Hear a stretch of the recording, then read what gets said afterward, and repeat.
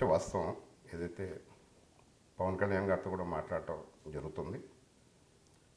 వారు ఏ విధంగా డైరెక్షన్ వచ్చి లేకపోతే మా ఇద్దరి మధ్య ఏం జరుగుతుంది దాన్ని బట్టి తప్పకుండా త్వరలో మీ అందరికీ కూడా స్పష్టమైన తేదీతో సహా చెప్తాను. ఎంతకంటే చెప్పగలిగిన తను 2014 ఎన్నికల్లో కూడా పూర్తిగా జనసేన యువతతో కలిసి నాకు ప్రచారంలో పాల్గొన్నమాట. మిత్రపక్షం ఏ పక్షం ఆవిడకి సంబంధం లేదు. ఆవిడ వన్ స్ట్రైట్ లైన్ ఆవిడది. పవన్ కళ్యాణ్ అంటే అభిమానం. ఆ విధంగా మొత్తం జనసేన యూత్తోనే చేసింది ఆవిడ.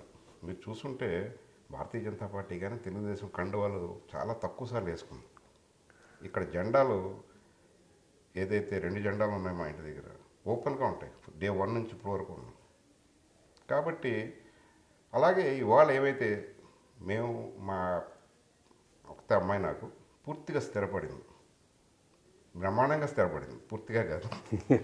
ఆ తర్వాత నేను ఏం చేసేదో నేను I also participate in activity. Participate చేయి ఎమ్మెల్యే టికెట్ కోసమే రాట్లా, పార్టీ వర్క్ చేయడానికి కోసం మాత్రం పూర్తిగా తన వంతు సమయం ఇవ్వడానికి ఆవిడ సిద్ధపడింది.